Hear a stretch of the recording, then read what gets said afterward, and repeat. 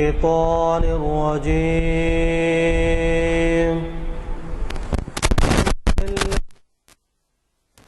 الرحمن الرحيم.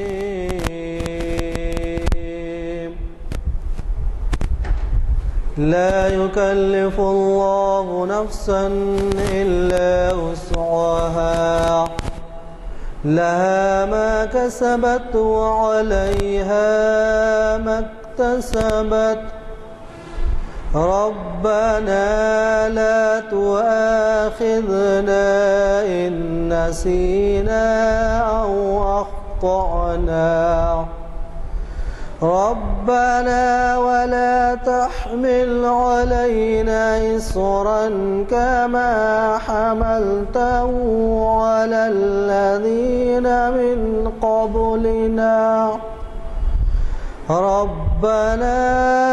ولا تحملنا ما لا طاقة لنا به واعف عنا واغفر لنا وارحمنا أنت مولانا فانصرنا على القوم الكافرين. حضرات، جیسے کہ آپ واقف ہیں، آج ہمارے اعلامیہ نمبر 444 کا دوسرا آئٹم بروز 8 ستمبر 2012 عیسوی مطابق 20 شوال المکرم 1433 ہجری بروز ہفتہ بعد نماز عصر جامع مسجد عالیہ کے کانفرنس ہال میں بعنوان تاریخ کعبۃ اللہ منعقد ہو رہا ہے. اور آج کے ہمارے مقرر ہیں تاریخ اسلام کے اسکالر پروفیسر سید جہانگیر صاحب، یونیورسٹی آف لینگویجز میں ہیڈ آف دی ڈپارٹمنٹ ہیں، اور ہماری تاریخ اسلام کی 565ویں نشست ہے. مجھے چندہ اس بات کی ضرورت نہیں ہے کہ مقرر کے بارے میں آپ کو تفصیل سے بتاؤں، کیونکہ اس سے پہلے ہمیں انہوں نے کئی نشستوں میں اپنے خیالات سے، اپنی معلومات سے استفادے کا موقع دیا ہے. چنانچہ آج بھی جو عنوان انہوں نے دیا ہے اس کی اہمیت آپ سب جانتے ہیں. کعبۃ اللہ کے بارے میں آپ کو کیا میں بتاؤں کہ ہمارے لیے وہ کس قدر مقدس ہے، اور ایسے مقدس عنوان کو انہوں نے چنا ہے. اور جو جا چکے ہیں، دیکھ کے آئے ہیں، حج پہ گئے ہیں، عمرے پہ گئے ہیں، یا کوئی اور وزٹ میں گئے ہیں، تو ان کو تو معلوم ہے. لیکن ایسے لوگ جو اب تک نہیں گئے ہیں اور پھر اللہ تعالیٰ سے توقع رکھتے ہیں کہ بھئی ان کی مراد پر برائیں گی اور وہ جائیں گے، تو ان کے لیے بھی یہ بہت ہی استفادے کا عنوان ہے. ورحمۃ اللہ وبرکاتہ.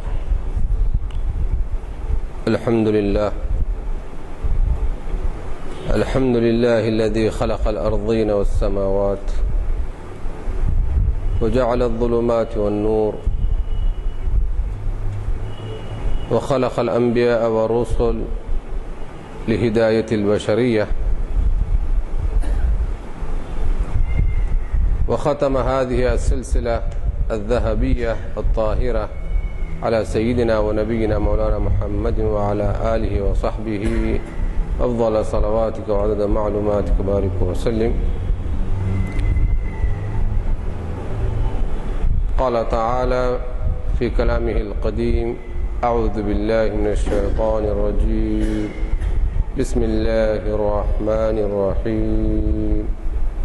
إن أول بيت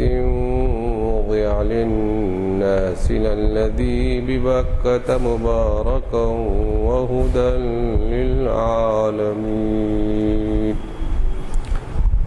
صدق الله العظيم. محترم المقام، شہر کی معزز قدیم ترین شخصیت، مسجد عالیہ کے روحانی پروگرام کے روح رواں میری مراد علی جناب غلام یزدانی صاحب، سینئر ایڈوکیٹ اور آج کی اس محفل میں شرکت فرمانے والے میرے بزرگ سامعین اور عزیز دوستوں، اللہ تبارک و تعالیٰ کا بڑا فضل اور اس کا احسان عمیم ہے کہ رب تعالیٰ نے محض اپنے فضل و کرم سے ہمیں اور آپ کو امت مسلمہ اور امت محمدیہ اور محمدی گھرانے میں پیدا فرما کر ایک انتہائی غیر معمولی آزمائش سے محفوظ فرما دیا، اور یہ نعمت اور یہ آزمائش کیسی ہے اور کیسی ہوتی ہے، اس کو وہی جان سکتے ہیں اور اس کا تجزیہ کر سکتے ہیں جنہوں نے اسلام کے مطالعے کے بعد اسلام کی حقانیت کو جان کر اسلام کا ریسرچ کرنے کے بعد اسلام کو دین کی حیثیت سے اپنایا۔ عربی زبان کا مقولہ ہے اور میں سمجھتا ہوں کہ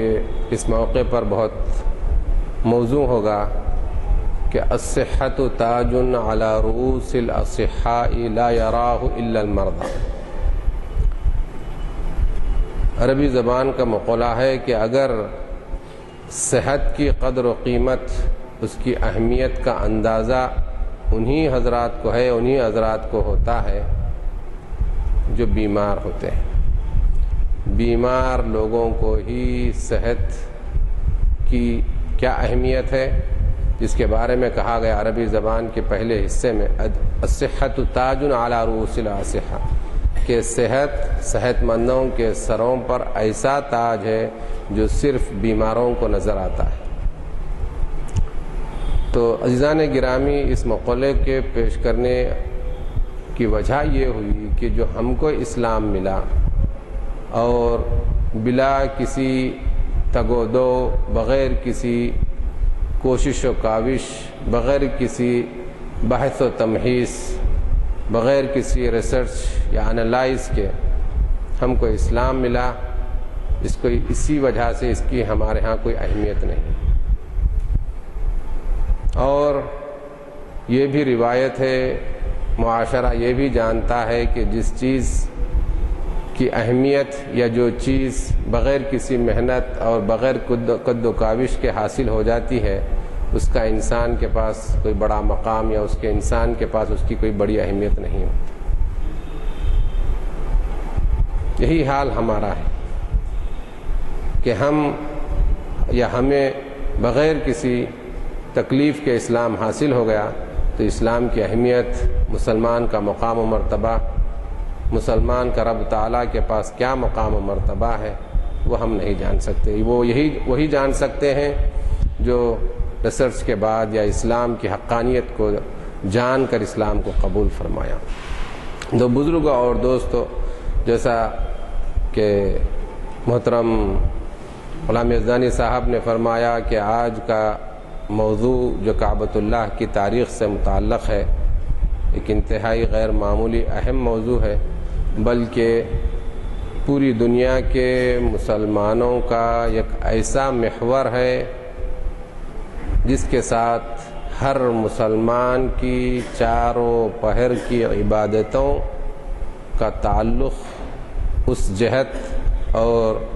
اس جگہ سے۔ یہ بات اچھی طور پر ہم جانتے ہیں کہ جب کسی چیز کی اہمیت، فضیلت، بزرگی، امپورٹنس، اس کی سینکٹیٹی اور اس کی ریسپیکٹ اس کے کریٹر کے پاس جو ہے معلوم ہو جائے تو آدمی چوکنا ہو جاتا ہے اور کوشش کرتا ہے کہ پوری طرح اس کا احترام کرے، پوری طرح جس طرح سے اس کو جس مقام پہ اتارنا ہے اسی مقام پر اتارے۔ احقر نے بھی اسی غرض اور اسی مقصد کے تحت، کیونکہ حج کے ایام اور حج کے ماہ شروع ہو چکے ہیں اور اللہ کے مہمان اللہ کے گھر کے رخ کرنے کی تیاری کر رہے ہیں اور کمر باندھ رہے ہیں اور ہمتیں کر رہے ہیں، ایسے ماحول میں جس مقام اور جس جگہ کا وہ رخ کر رہے ہیں اس جگہ کی اہمیت اور رب تعالیٰ کی بارگاہ میں اس مقام کی اہمیت اور کیا توجہ یہ مقام رب تعالیٰ کی جناب سے حاصل کیا ہے، وہ اگر ہمیں معلوم ہو جائے تو پھر ہماری نیتیں بھی بہت درست اور صحیح ہو سکتی ہیں اور صحیح ہو جائیں گی، اور نیتوں کے ساتھ ساتھ آدمی میں خشوع خضوع اور اہتمام کا عنصر بہت زیادہ ہو جاتا ہے۔ جیسا کہ جس وقت رب تعالیٰ نے حضور سیدنا محمد صلی اللہ علیہ وسلم کا مقام و مرتبہ بتلایا اور فرمایا کہ اگر تم بارگاہ نبوی میں اپنی آوازوں کو بلند کرو گے تو تمہارے اعمال اس طرح سے حبط اور ختم کر دیے جائیں گے، غیر کارکرد کر دیے جائیں گے اور تم کو اس بات کی خبر بھی نہیں ہوگی۔ جب سیدنا ابو بکر رضی اللہ تعالی عنہ کو اس بات کا اندازہ ہوا تو آپ جب تک حضور سیدنا محمد صلی اللہ علیہ وسلم کی خدمت میں موجود ہوتے آپ اپنے منہ میں کنکریاں ڈال کر بیٹھتے، جس کا مقصد یہ ہوتا کہ کہیں آواز بلند نہ ہو جائے اور اعمال کا حبط کا باعث نہ بنے۔ اسی طرح سے اور کئی آیات اور روایتیں ہیں جو حضور سیدنا محمد صلی اللہ علیہ وسلم کی بات ہے۔ جب حضور سیدنا محمد صلی اللہ علیہ وسلم کے بعد جہاں پر جمال کا عنصر زیادہ ہوتا، رحمت کا عنصر، بلکہ رحمت کا لقب آپ کو عطا فرمایا گیا، اس کے مقابل میں جہاں رب ذوالجلال کا مقام آتا ہے اور اس کے بارے میں جب گفتگو کا ماحول بنتا ہے تو وہاں پر صرف اور صرف جلال ہی کا عنصر پایا جاتا ہے۔ جہاں پر معمولی سے معمولی غفلت اور خاص طور پر عمدن غفلت سے اس طرح کا اور اتنا وبال انسان پر وارد ہو جاتا ہے کہ پھر اس کا کسی طرح چاہے اس کو ازالہ یا اس کو کمپنسیٹ نہیں کر سکتا۔ تو بزرگ اور دوست، اسی وجہ سے اور اسی مقصد کے تحت احقر نے چاہا کہ کعبۃ اللہ کی تاریخ، یہ بات درست ہے اور صحیح ہے کہ ہمارے ہاں الحمدللہ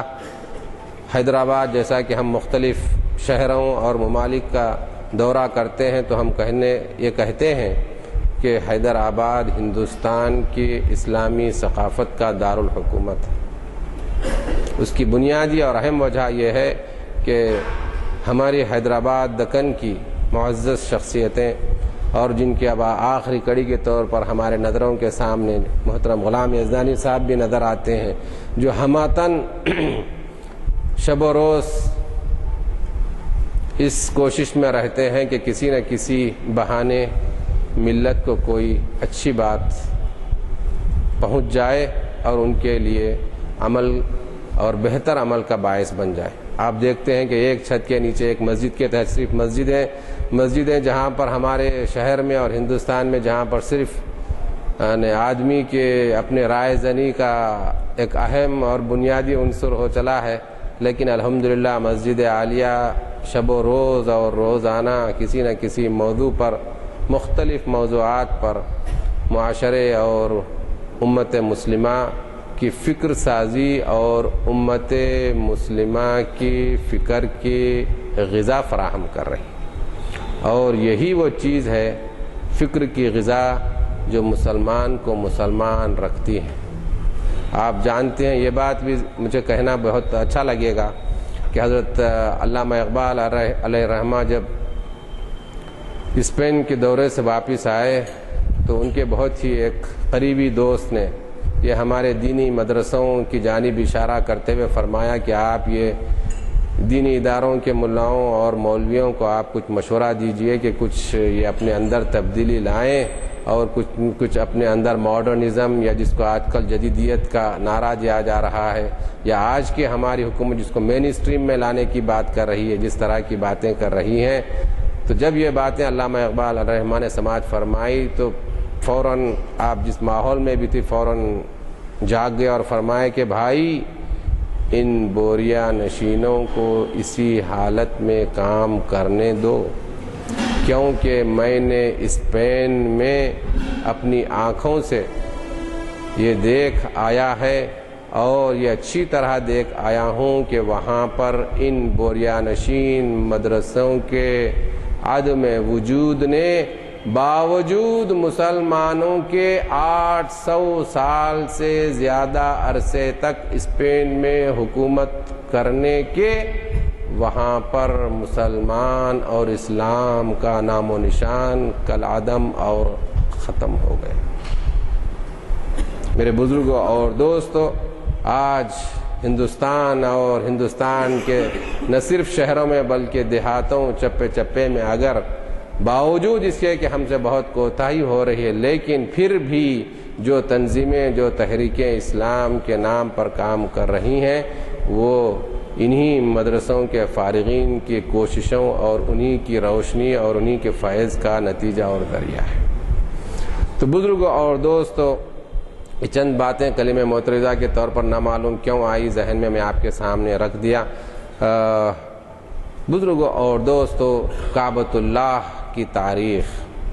کعبۃ اللہ کی تاریخ عرض کرنے سے پہلے میں یہ مناسب سمجھتا ہوں کہ پہلے کچھ اس کی فضیلت اور اس کی جو بزرگی اور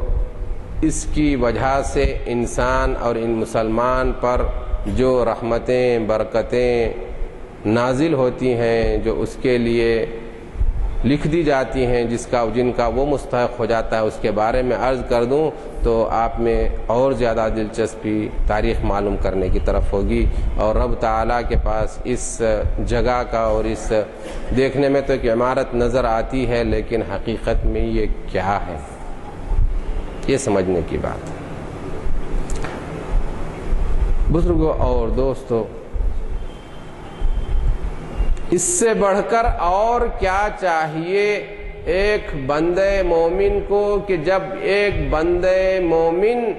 صرف یہ نیت کرتا ہے کہ میں اللہ کا حکم بجا لاتے ہوئے اس کعبۃ اللہ اور بیت الحرام کا ارادہ کروں، اور اس کا ارادہ کرتا ہے اور اللہ تبارک و تعالی کسی وجہ سے اگر راستے میں ہی وہ جاں بحق ہو جاتا ہے اور اللہ کے پاس پہنچ جاتا ہے، تو اللہ تبارک و تعالی نے ایسے بندے کے بارے میں ارشاد فرمایا کہ اس کی ساری زندگی اللہ کے راستے میں لکھ دی جاتی ہے، اور جس نیت کی وجہ سے وہ چلا تھا وہ نیت کا ثواب بھی مکمل طور پر اس کو حاصل ہو جاتا ہے۔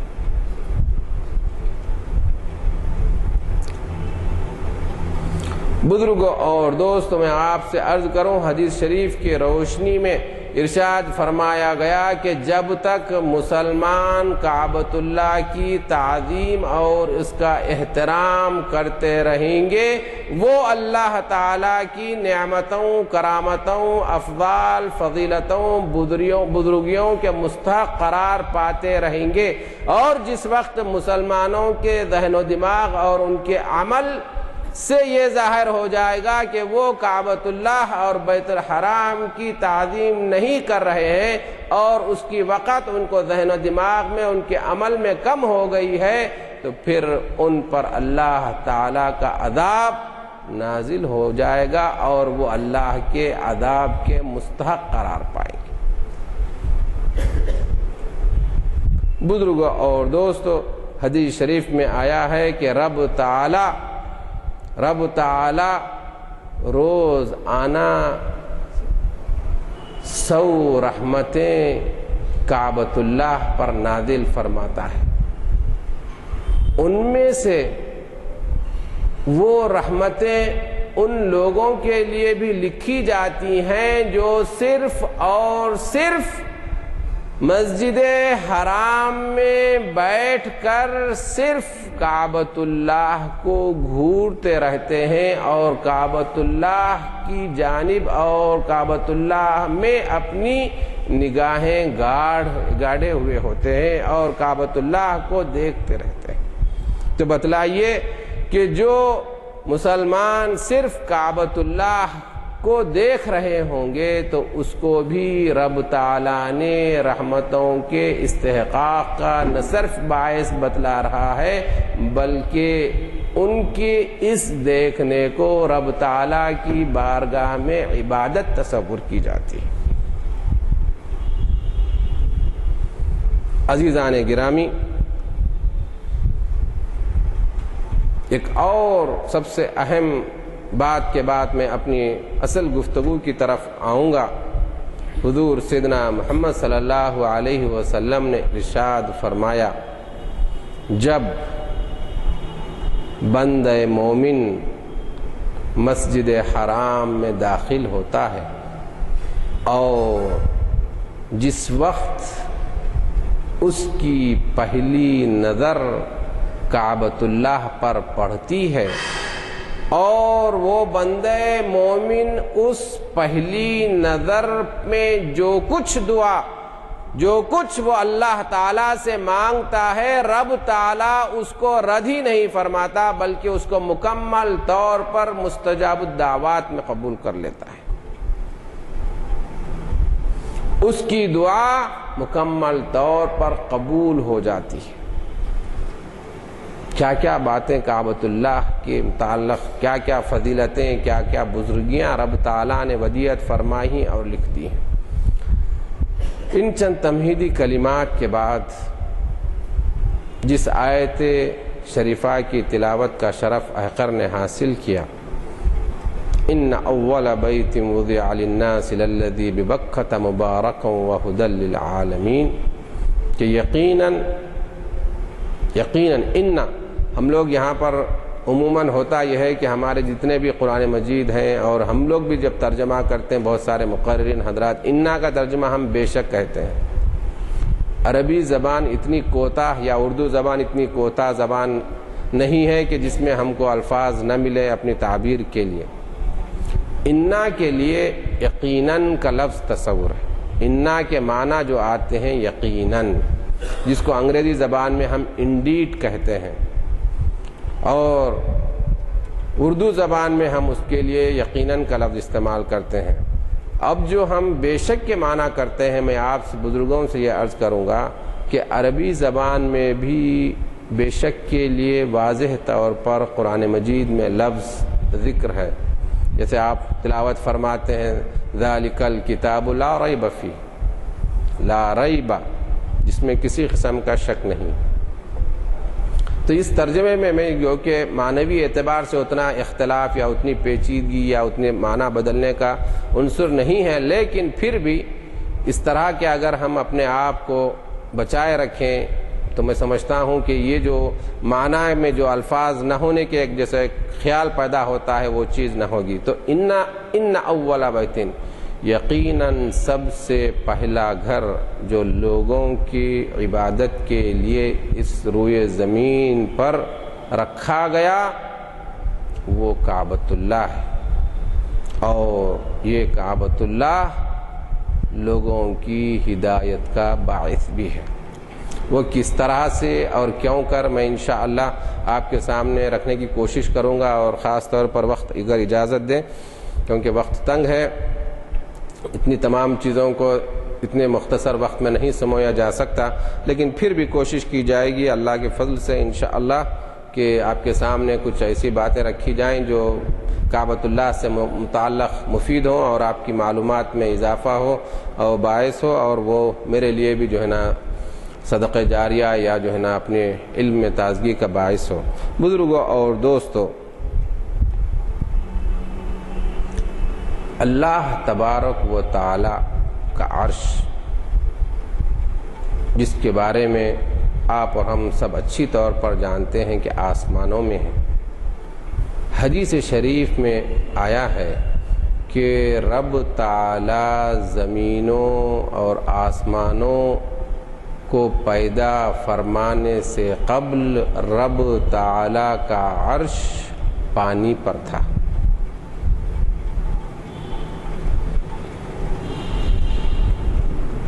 ایک بات اور ذہن میں آئی جو گو کہ موضوع سے متعلق نہیں ہے لیکن آپ کے لیے ایک دلچسپی کا باعث ہوگی۔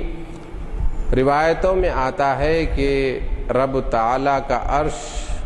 لرز رہا تھا، اس کو قرار نہیں تھا، اس میں اضطراب کی کیفیت تھی، تو رب تعالیٰ اپنے اس عرش پر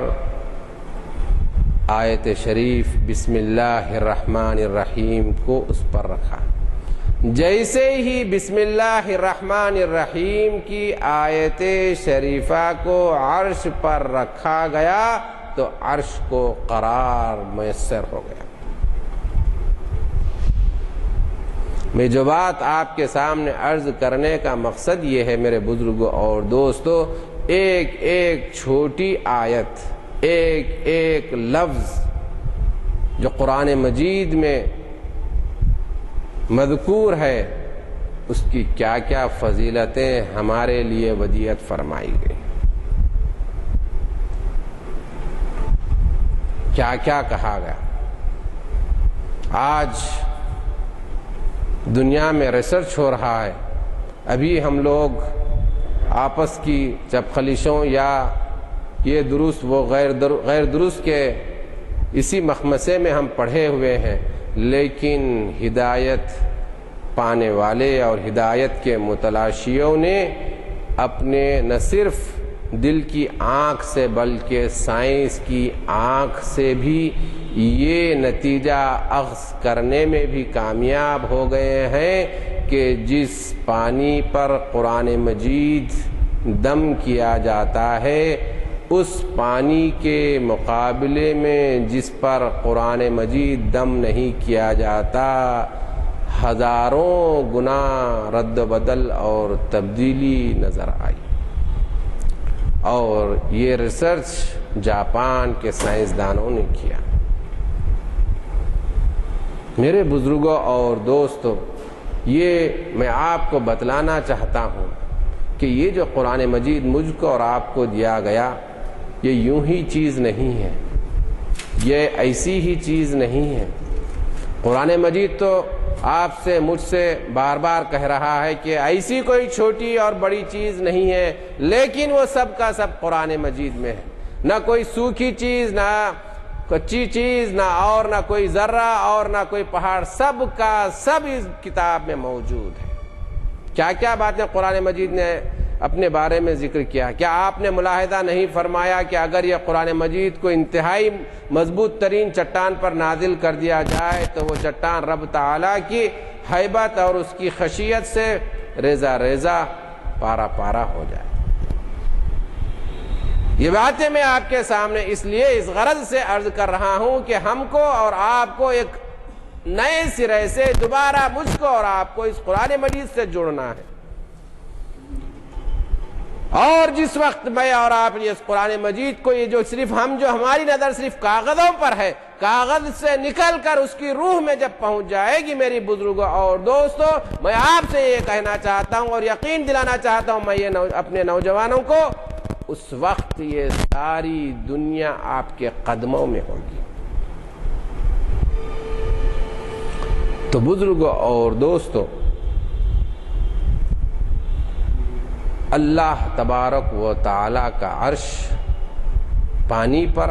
اس کو اضطراب اور اضطراب کا ختم ہونا ایک آیت شریفہ بسم اللہ الرحمن الرحیم۔ تو بتلائیے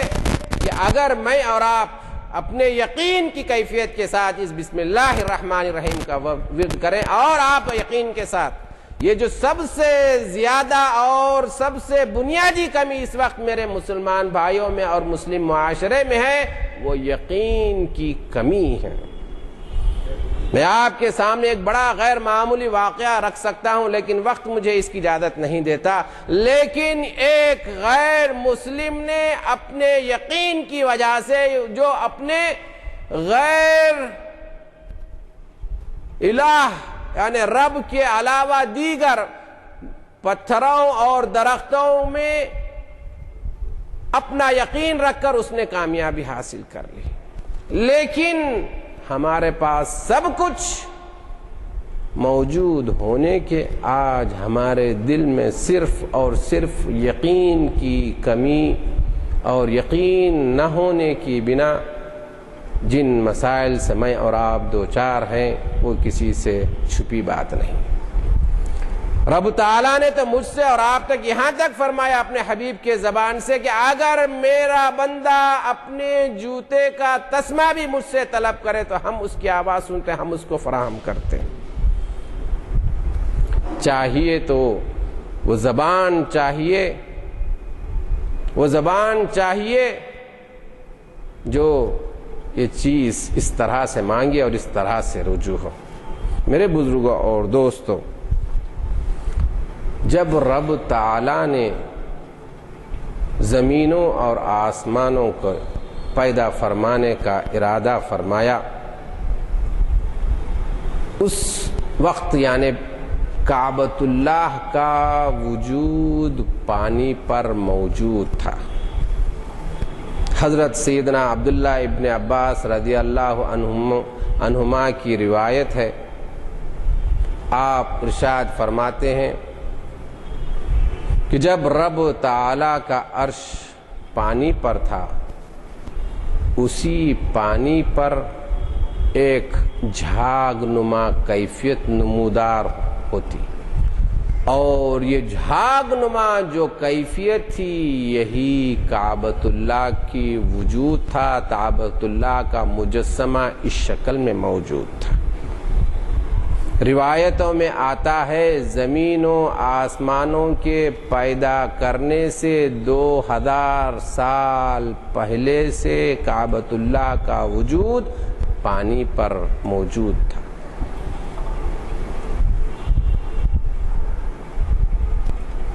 ایک اور روایت میں جب آتا ہے، جب رب تعالیٰ نے، جیسا کہ قرآن مجید میں بھی اس کا ذکر ہے، جب زمین کو بچھانے کا ارادہ فرمایا تو کعبۃ اللہ کے نیچے سے، جیسا کہ عربی زبان کا لفظ ہے خشفہ کہا جاتا ہے، جو پانی میں پیدا ہونے والا ایک پتھر، اس پتھر کے نیچے سے رب تعالیٰ نے زمین کو بچھانے کے کام کا آغاز فرمایا۔ اس طرح سے مفسرین کرام بیان فرماتے ہیں کہ زمین کا مرکز کعبۃ اللہ ہے۔ عربی زبان میں یہ واضح طور پر ارشاد فرمایا گیا، الکعبۃ سرۃ الارض، الکعبۃ سرۃ الارض یعنی کعبۃ اللہ زمین کا ناف ہے، یعنی زمین کا وسط ہے، زمین کا درمیانی حصہ ہے۔ آج سائنسدانوں نے بھی اس نتیجے پر پہنچ گئے ہیں اور اس نتیجے پر یقین کے ساتھ پہنچ گئے ہیں کہ پوری دنیا کا اگر درمیانی پوائنٹ اگر ہے تو وہ کعبۃ اللہ ہے۔ تو میرے بزرگوں اور دوستوں، اور سائنس کے بارے میں ایک بات عرض کروں، میں اس سے پہلے بھی یہاں کی اس اسٹیج سے میں عرض کر چکا ہوں کہ سائنس جتنی ترقی کرتی جائے گی اتنا ہی زیادہ فائدہ اسلام کو ہوتا رہے گا۔ ایک بات اچھی طور پر آپ یقین فرما لیں، اور اسلام نے اور قرآن مجید نے قیامت تک آنے والی سائنس کی طرف اشارہ فرما دیا۔ سائنسداں آج ایک ایک اشارے پر کام کر رہے ہیں اور محسوس کر رہے ہیں کہ یہ چیز ہزاروں سال پہلے قرآن مجید میں مذکور ہے۔ تو بزرگوں اور دوستوں، رب تعالیٰ نے یہ زمین کو بچھانے کے کام کا آغاز اس کعبۃ اللہ کے نیچے سے فرمایا۔ جب رب تعالیٰ کا عرش آسمانوں میں ہوا، آپ جانتے ہیں عرش کی شکل کیا ہے؟ اللہ اکبر۔ مفسرین کرام اور احادیث شریفہ ہماری قدم بقدم رہنمائی فرماتے ہیں، اور جیسا جیسا ہم گہرائی کے ساتھ اسلام کا مطالعہ کرتے ہیں تو یقین کی کیفیت میں زیادہ ہی ہوتے چلے جاتے ہیں۔ اگر آج ہم میں یقین کی کیفیت نہیں ہے تو صرف اور صرف اس وجہ سے کہ ہم اپنے آپ کو اسلامی تعلیمات سے دور کیے ہوئے ہیں۔ عزیزان گرامی، عرش 4 کلمات پر قائم ہے۔ قوائم کے بارے میں آپ پڑھے ہیں، عرش چوکور ہے۔ محدثین کرام اور محققین نے بتلایا 4 کلمات جو اس بات کو بتلاتے ہیں کہ عرش چوکور ہے، مربع ہے۔ وہ کیا ہیں جانتے ہیں آپ؟ سبحان اللہ والحمد للہ ولا الہ الا اللہ واللہ اکبر۔ سبحان اللہ ایک لفظ، الحمدللہ ایک لفظ، ولا الہ الا اللہ ایک لفظ، اللہ اکبر 4 لفظ۔ تو ان کلمات کی روشنی میں مفسرین کرام اور احادیث شریفہ سے ہم کو یہ روشنی ملتی ہے کہ عرش چوکور ہے، اور اس عرش کے بالکل نیچے رب تعالیٰ نے 4 قوائم یعنی 4 پلر قائم فرمائے، جس کے بارے میں ارشاد فرمایا جاتا ہے وہ 4 پلر زبرجد، جو یاقوت نما اس طرح سے جو پریشیس سٹونز ہوتے ہیں اس کی قسم ہے زبرجد، جس کو آپ جانتے ہیں اردو سے جو واقف ہیں، زبرجد۔ پھر رب تعالیٰ نے ان زبرجد کے پلروں ستونوں کو یاقوت کا غلاف چڑھایا، یاقوت کا کوٹ دیا اس کو، اور رب تعالیٰ نے ان پلروں کو جو قائم فرمایا، یہ بھی جو 4 ہیں جو ابھی میں جو تسبیح آپ کے سامنے سبحان اللہ والحمد للہ ولا الہ الا اللہ اللہ اکبر کیا، اس کی مناسبت سے یہ 4 پلر قائم فرمائے، اور اس کا نام رب تعالیٰ نے ذراح رکھا۔ اب یہ ذراح کیا چیز ہے یہ ہم کو جاننا ہے۔ احادیث شریفہ کی روشنی میں اس ذراح مقام کو ہی، اس عمارت کو ہی، اس اسٹرکچر کو ہی رب تعالیٰ نے بیت المعمور کے نام سے یاد فرمایا۔ احادیث شریفہ میں اس جگہ کو، اس عمارت کو، اس 4 پلروں والی اسٹرکچر کو البیت المعمور کا نام دیا گیا۔ یہ البیت المعمور کے معنی عربی زبان میں آباد گھر کے ہوتے ہیں۔ یہ آباد گھر کا نام اس اسٹرکچر کو کیوں دیا گیا؟ روایتوں میں آتا ہے کہ رب تعالیٰ کے حکم سے ہر وقت 4 پہر فرشتے اس کا طواف کرتے ہیں، اور جب ایک فرشتہ ایک مرتبہ طواف کر لیتا ہے تو پھر قیامت تک اس فرشتے کی باری نہیں آتی۔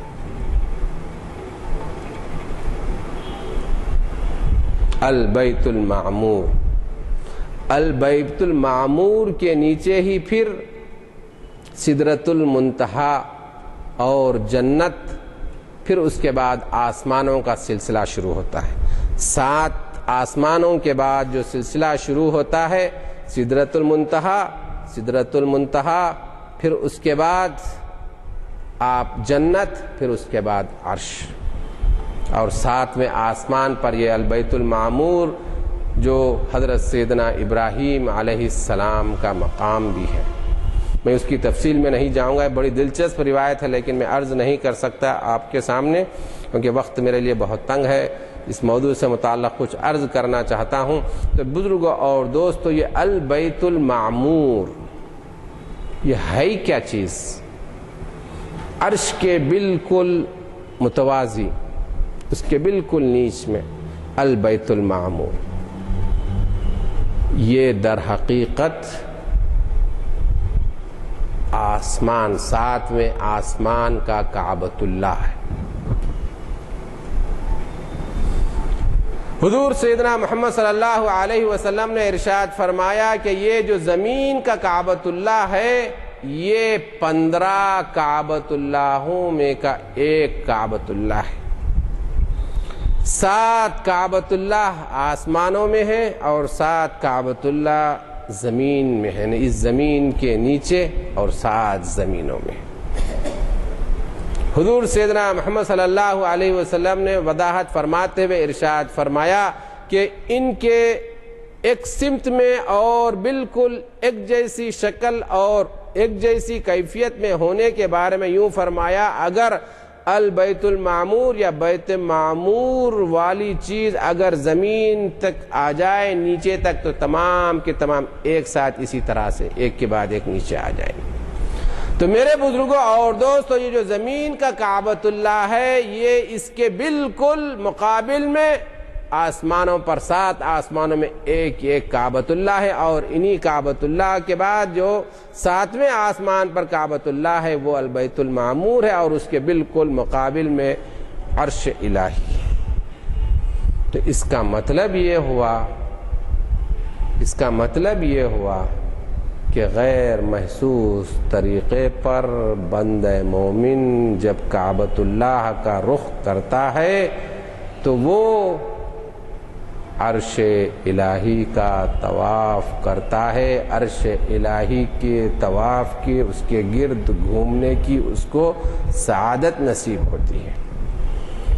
اس بات کی توثیق اور اس بات کی وضاحت کے سلسلے میں یہ بات آپ کے سامنے اور وضاحت کے ساتھ عرض کرتا چلوں کہ کعبۃ اللہ کی تعمیر سے قبل فرشتے عرش کا طواف کیا کرتے ہیں، فرشتے عرش کا طواف کیا کرتے ہیں۔ تو رب تعالیٰ نے میں جو ابھی آپ کے سامنے عرض کیا کہ یہ جو زبرجد کے 4 ستون قائم فرمایا، اسی طرح سے زمین تک اس طرح سے، پھر زمینوں کے نیچے تک اس طرح سے 7 کعبۃ اللہ کی تعمیر کا حکم فرمایا۔ اس کے بعد رب تعالیٰ نے فرشتوں کو حکم دیا کہ تم میرے اب اس گھر کا طواف کرو اور میرے عرش کا طواف کرنا چھوڑو۔ تو بزرگوں اور دوستو، روایتوں میں آتا ہے فرشتے سب سے پہلے اس کعبۃ اللہ کی نہ صرف تعمیر کیے بلکہ اس کو آباد کیے اور اس کا طواف کیے۔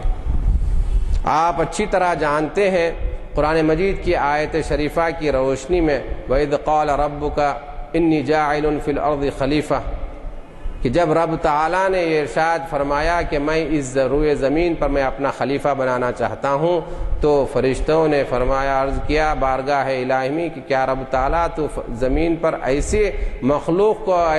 تو آباد کرنا چاہتا ہے جو وہاں پر فساد مچائیں گے اور خون ریزی کریں گے؟ تو اس کی تفصیل ہے۔ تو اس روئے زمین پر انسانیت سیدنا آدم علیہ السلام کے آباد ہونے سے قبل فرشتے، جنات اس زمین کے باشندے تھے۔ اس کی وضاحت کیسی ہوتی ہے میں آپ کے سامنے عرض کروں۔ آپ جانتے ہیں سیدنا آدم علیہ السلام اس دنیا میں تشریف لانے سے قبل وہ جنت میں ہوئے تھے. اور آپ کو یہ جان کر بھی بڑی اچھا لگے گا اور خوشی ہوگی کہ سیدنا آدم علیہ السلام کو سب سے پہلے جب رب تعالیٰ نے جنت سے زمین پر اتارا تو وہ ہندوستان کی سرزمین پر اتارا. آج جس کو ہم سری لنکا کے نام سے جانتے ہیں اس کو عربی زبان کی کتابوں میں اس کا نام سرندیب بتلایا جاتا ہے. اور الحمدللہ میں نے ابھی کچھ عرصہ قبل سری لنکا کا جب نظارہ کیا اور اس کا دورہ کیا تو وہاں پر میں نے ایئرپورٹ پر ایک گوشہ ایسا ابھی نماز کے لیے خاص مقرر کیا ہے, اس پر نام لکھا ہے سرندیب. تو دیکھ کر اطمینان ہوا کہ ابھی بھی اس نام کی یہاں پر احترام ہے اور اس کا استعمال موجود ہے. تو بزرگوں اور دوستوں, سیدنا آدم علیہ السلام وہاں تشریف لائے اور عرب اسلام سے قبل عرب کے باشندے قدم آدم اور جبل آدم کی زیارت کے لیے آیا کرتے تھے. اور اس بات کا ذکر ہمارے ہندوستان کے مشہور محقق حضرت علامہ سید سلیمان ندوی رحمہ اللہ نے اپنی عرب ہند تعلقات میں ذکر کی, جس میں یہ بتلایا کہ آپ سیدنا آدم علیہ السلام سب سے پہلے ہندوستان میں آئے اور عرب لوگ اس مقام کی اور اس جگہ کی زیارت کے لیے آیا کرتے تھے. اور اس سے یہ بتلانا چاہا کہ ہندوستان کے عرب دنیا کے ساتھ تعلقات کتنے گہرے اور پرانے قدیم ہیں. تو بزرگوں اور دوستو, حضرت سیدنا آدم علیہ السلام سرندیب سے نکل کر ہندوستان آتے اور ہندوستان سے پھر کعبۃ اللہ کا رخ فرماتے. اور ایک بات بھی میں آپ کی معلومات کے لیے اضافہ کروں کہ جو ابھی کچھ عرصے پہلے تک ہمارے پاس اخبارات میں رام سیتو کے نام سے ایک بڑا ایک نزاعی مسئلہ موجود تھا, وہ در حقیقت رام سیتو کے نام سے جس کو نام دیا گیا وہ در حقیقت جبل آدم ہے. جبل آدم. آپ بولیں گے وہ کیسے ممکن ہے, تو میں آپ کے سامنے عرض کرتا ہوں. جب حضرت سیدنا آدم علیہ السلام کو زمین پر اتارا گیا تو حضرت سیدنا آدم علیہ السلام کا سر مبارک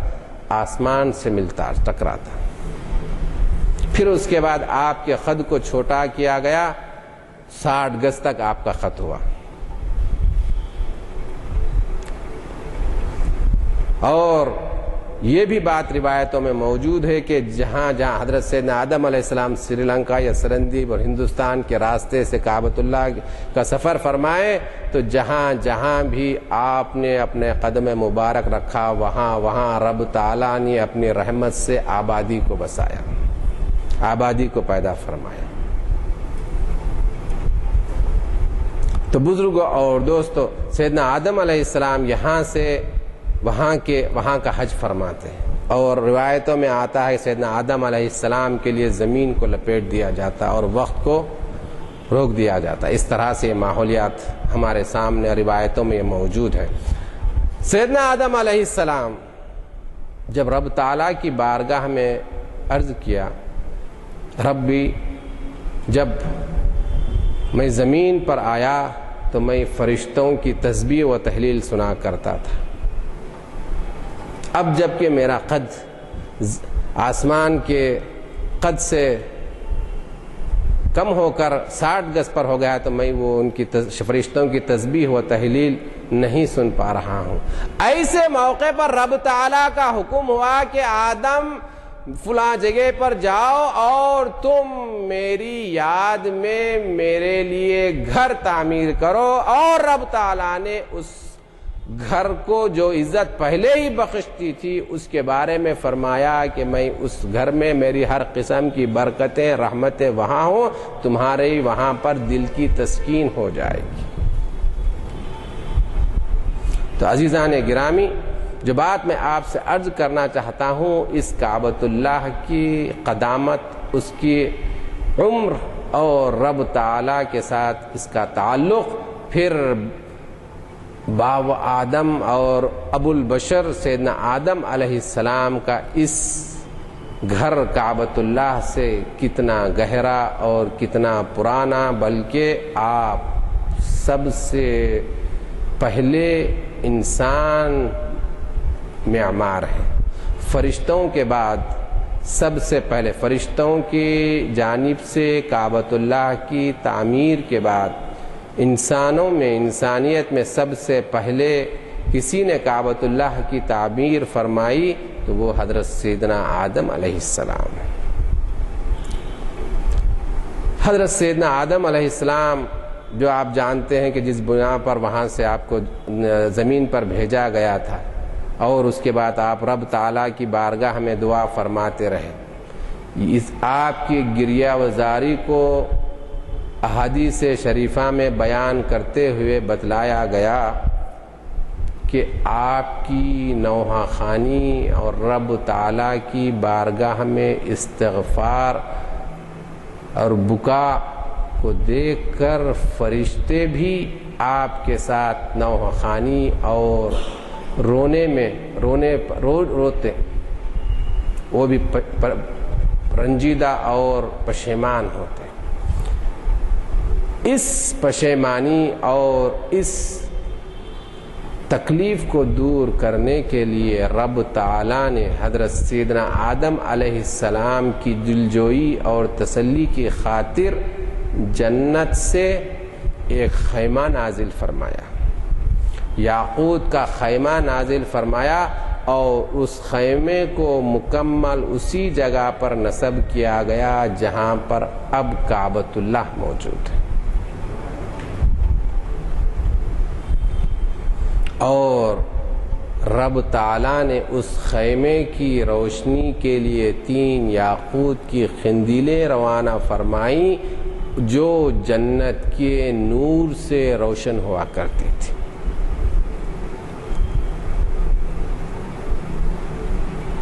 آج جو آپ اور میں حرم کے نام سے جانتے ہیں، حرم کا مطلب یہ ہوتا ہے کہ پروہیبٹڈ ایریا. حرم کے معنی آتے ہیں کہ حدود، جس کو ہم اردو زبان میں صاف اندر، لیکن حدود وہ چیز کو نہیں بیان کر سکتی جو چیز حرم میں ہے. حرم کا مطلب ایک تو پروہیبٹڈ ایریا، اور دوسرے معنی میں جس کو ہم اور ایک سلجھے ہوئے انداز میں سیکریڈ ایریا کہتے ہیں. یہ کیا وجہ سے آپ حرم قرار پایا آپ جانتے ہیں؟ احادیث شریفہ میں بتلایا جاتا ہے کہ جو چیزیں جنت سے رب تعالیٰ نے سیدنا آدم علیہ السلام کی دل جوئی کے لیے روانہ فرمائی تھیں، ان کی حفاظت کے لیے رب تعالیٰ نے فرشتوں کو گارڈ کی حیثیت پر مقرر فرمایا، اور جتنی حلقے تک اور جتنے احاطے تک جتنے علاقے تک فرشتوں کا گھیرا ہوا کرتا، رب تعالیٰ نے اس علاقے کو حرم قرار دیا. اب آپ دریافت فرمائیں گے کہ یہ فرشتوں کو رب تعالیٰ نے کیوں قائم فرمایا تھا؟ اس وجہ سے کیونکہ اس وقت اس روئے زمین کے باشندے جنات تھے. ابھی تک زمین پر فساد، زمین پر افراتفری کا ماحول نہیں پیدا ہوا تھا، ابھی پرسکون ماحول تھا. صرف سیدنا آدم علیہ السلام اور سیدتنا حوا علیہ السلام کی ذات گرامیہ اس روئے زمین کے باشندے تھے.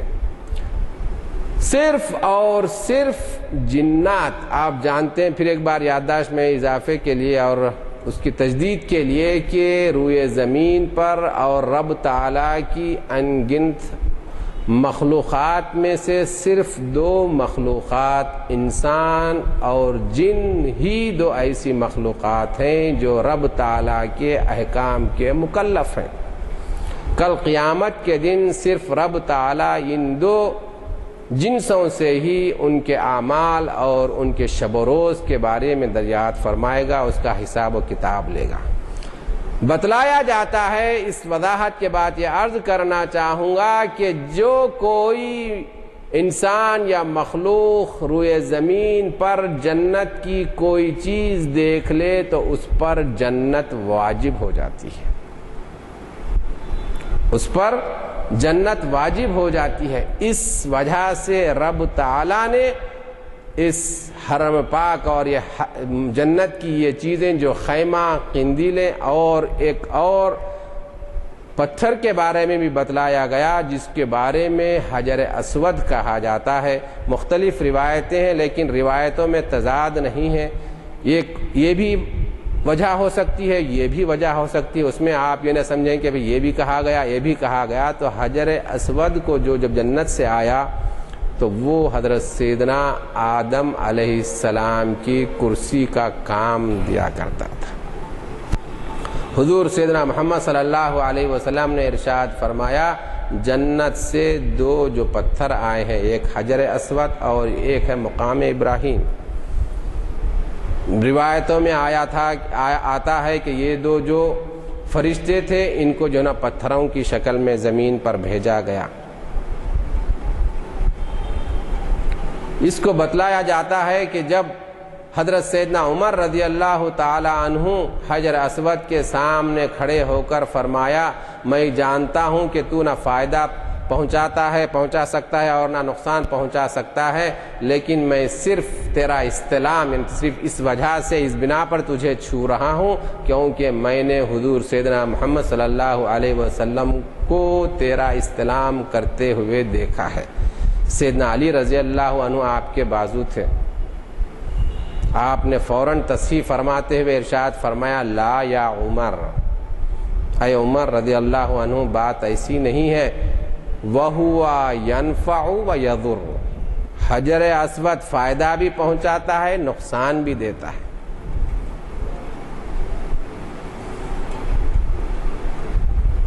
اللہ تبارک و تعالی نے جب حجر اسود کو جب روئے زمین پر روانہ فرمایا تو اللہ تبارک و تعالی نے آدم سے قیامت تک جتنے مسلمان اس روئے زمین پر آئیں گے اور حجر اسود کا استلام کریں گے اور حج کے فریضے کی ادائی سے فارغ ہوں گے، ان تمام کے ناموں کو رب تعالیٰ نے ایک ورقیے پر تحریر فرماتے ہوئے، روایتوں میں بڑی تفصیلی روایت ہے، حجر اسود سے کہا کہ افتح فاک، اپنا منہ کھول، تو حجر اسود نے جب منہ کھولا تو وہ اس کے منہ میں ڈال دیا اور اس حجر اسود میں ان تمام مسلمانوں کے نام ہیں جو ابتدا سے لے کر قیامت تک جو استلام کریں گے، اور ان کو ایک ایک مسلمان اس ایک مسلمان کی گواہی قیامت کے دن یہ حجر اسود دے گا۔ تو حضرت سیدنا علی رضی اللہ عنہ نے فرمایا کہ اس طرح سے یہ فائدہ مند ہے، جب کوئی بندہ مومن استلام کرتا ہے تو وہ اس کا شاہد ہو جاتا ہے۔ تو بزرگوں اور دوستو یہ حجر اسود کے بارے میں ہے۔ تو اب یہ کعبۃ اللہ کی میں سمجھتا ہوں کہ وقت اتنا زیادہ ہوا کہ ابھی ہم کیا فرماتے ہیں، اجازت دیں تو یہ بات اس طرح سے جو مختصر میں عرض کرنا چاہتا ہوں کہ کعبۃ اللہ کی جو تعمیر ہے سب سے پہلے فرشتوں نے کی، اور آپ سیدنا آدم علیہ السلام جب تعمیر کا آغاز فرمایا، سیدنا جبریل علیہ السلام تشریف لائے اور اپنے پر سے زمین پر مارا تو ساتویں زمین کی آخری زمین نمودار ہوئی، اور فرشتوں نے اس بنیاد میں 5 پہاڑوں کے نام آتے ہیں، جس میں جبل لبنان، طور زیتا، طور سینا، پھر جودی اور پھر ہرا، یہ 5 پہاڑوں کے نام آتے ہیں۔ فرشتے ان 5 پہاڑوں سے پتھروں کو جمع کر کر ان بنیادوں کو بھرا۔ جب زمین والے بنیاد تک پتھر آ گئے تو پھر حضرت سیدنا آدم علیہ السلام کعبۃ اللہ کی تعمیر فرمائی۔ حضرت سیدنا آدم علیہ السلام کی موجودگی تک وہ جنت سے آئے ہوئے خیمے تمام چیز موجود تھے۔ سیدنا آدم علیہ السلام کے بعد آپ کے صاحبزادے حضرت سیدنا شیث علیہ السلام نے کعبۃ اللہ کی تعمیر فرمائی، اس کے بعد سیدنا نوح علیہ السلام تک وہی عمارت قائم رہی۔ سیدنا نوح علیہ السلام کے بعد جو طوفان آیا تھا، اس عرصے کے بعد سے لے کر سیدنا ابراہیم علیہ السلام کی تعمیر تک کعبۃ اللہ کی کوئی عمارت واضح طور پر زمین پر موجود نہیں تھی۔ لیکن یہ بات میں آپ سے عرض کرنا چاہتا ہوں، حدیث شریف کی روایتوں میں ہے کہ سیدنا آدم علیہ السلام سے لے کر سیدنا محمد صلی اللہ علیہ وسلم تک جتنے انبیاء اور پیغمبر اور رسول تشریف لائے ہیں، ہر ایک نبی اور رسول نے کعبۃ اللہ کا طواف فرمایا اور حج فرمایا۔ حج کا مطلب یہاں پر یہ ہے، حج کا لغوی معنی جو اس کے میننگ آتے ہیں عربی زبان میں، ارادہ کرنا۔ حج کے معنی قصدہ، ارادہ کرنا، ٹو میک انٹینشن۔ تو عرض کرنا یہ ہے، اور یہ بات اس کے بارے میں عرض کروں کہ رب تعالی جب کسی فرشتے کو آسمانوں سے دنیا کی کسی مہم کے لیے روانہ فرماتا ہے تو وہ فرشتہ رب تعالیٰ کی بارگاہ میں اس بات کی اجازت بھی لیتا ہے کہ وہ سب سے پہلے کعبۃ اللہ کا طواف کرے اور کعبۃ اللہ کے جوف یعنی اندر کے حصے میں 2 رکعت نماز ادا کرے، پھر وہ اپنے مہم کو انجام دیتے ہیں۔ انجام دینے کے بعد حضور سیدنا محمد صلی اللہ علیہ وسلم کے بارگاہ میں حاضر ہو کر درود شریف کا نذرانہ پیش کرتے ہیں، پھر اس کے بعد وہ اپنے مہم کو سر کر کر رب تعالیٰ کی بارگاہ میں حاضر ہو جاتے ہیں۔ اللہ اکبر۔ آپ ان الفاظ پر غور فرمائیے اور ان الفاظ کی روحانیت اور اہمیت، اور رب تعالیٰ نے اس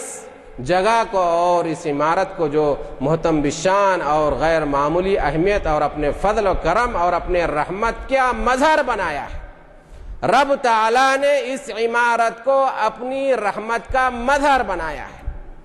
تو اس عمارت کو آپ یوں نہ سمجھیے کہ یہ ایک چوکور عمارت ہے، اس کا کیا مطلب ہے۔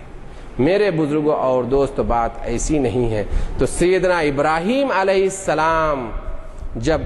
تعمیر کے لیے تشریف لائے تو بڑی روایتیں آتی ہیں۔ سیدنا ابراہیم علیہ السلام آپ جانتے ہیں کیسی کیسی دعائیں پڑھیں۔ اگر آپ جانتے ہیں کہ آج جو خلیج میں یہ جو زرخیزی اور یہ جو ہے دنیا کی ساری نعمتیں وہاں مہیا اور اویلیبل ہیں، تو یہ صرف اور صرف حضرت سیدنا ابراہیم علیہ السلام کی دعا کا نتیجہ ہے جو آج ظاہر ہو رہا ہے۔ بزرگوں اور دوستو، سیدنا ابراہیم علیہ السلام کہ آپ کے صاحبزادے سیدنا اسماعیل علیہ السلام کیسے ماحول میں آپ نے وہاں بسایا، تو میں آپ کو یہ بتلانا چاہتا ہوں کہ اسلام کے لیے مسلمانوں کو کس طرح سے قربانیاں دینی چاہیے۔ ہم لوگ علماء اور ہمارے مولانا ہم جو چاہتے ہیں کہ انتہائی ایئر کنڈیشن میں بیٹھ کر دین کی اور اسلام کی خدمت کریں، یہ ایسا ممکن نہیں ہے، ناممکن ہے۔ یہ کسی نبی یا کسی رسول کا یہ نہ نمونہ رہا اور نہ کوئی مزاج رہا۔ انہوں نے اتنی غیر معمولی مشکلات اور دشواریوں کو سہا جس کو بیان نہیں کیا جا سکتا۔ مختصراً میں آپ کے سامنے مشکلات کی بات آئی تو سیدتنا فاطمہ رضی اللہ عنہا نے ارشاد فرمایا، صبت علی مصائب لو صبت علی الایام سرنا لیالیا۔ سیدنا فاطمہ کے بارے میں آپ سماعت فرما سکتے تو پھر سرکار کے بارے میں تو آپ بہت اچھا قیاس کر لے سکیں گے، اندازہ کر سکیں گے۔ آپ نے فرمایا کہ مجھ پر اتنی مصیبتیں آئیں، ڈالی گئیں کہ اگر وہ مصیبتیں دنوں پر ڈالی جائیں تو دن رات بن جائیں گی۔ حضور سیدنا محمد صلی اللہ علیہ وسلم نے ارشاد فرمایا کہ سب سے زیادہ مصیبتیں نیک لوگوں پر آتی ہیں، نیک لوگوں میں بھی اولیاء اللہ پر آتی ہیں، اولیاء اللہ سے بھی زیادہ مصیبتیں انبیاء کرام پر آتی ہیں، انبیاء کرام سے بھی زیادہ مصیبتیں رسولوں پر آتی ہیں۔ پھر فرمایا کہ رسولوں میں بھی سب سے زیادہ مصیبتیں مجھ پر آئی۔ تو اس کا مطلب یہ ہوتا ہے کہ جتنا بڑا منصب ہوگا اتنی بڑی مصیبت اور دشواریوں سے بھی آپ کو گزرنا ہوگا اگر واقعی آپ دین کے خادم اور دین کے شہسوار اور دین کے منصب کے دعوے دار ہوں۔ تو بزرگوں اور دوستو، یہ چند باتیں عرض کرتا ہوں، پھر کبھی موقع ملے تو رب تعالیٰ سے دعا ہے کہ یہ اس بات کی تکمیل کو پہنچاؤں اور زیادہ سے زیادہ ہمارے ذہن و دماغ میں اس اللہ کے گھر کی اہمیت اور اس کی بزرگی ہمارے دل و دماغ میں سما جائے، جس کے نتیجے میں ہم اس کا زیادہ سے زیادہ احترام کرنے لگے اور ہمارے بجائے صرف جسم کے ہمارا دل اس کی طرف جھکنے والا بن جائے۔ وصلی اللہ تعالی علی خیر خلق سیدنا محمد وعلی آلہ آپ سے کہا تھا کہ پرز معلومات خطاب رہے گا۔ اللہ کا شکر ہے کہ ہمیں فاضل مقرر کے خیالات کو سننے اور سمجھنے کا موقع ملا۔ اللہ تعالیٰ سے دعا ہے کہ حضرات جنہوں نے ابھی تک کعبے کا نظارہ نہیں دیکھا ہے،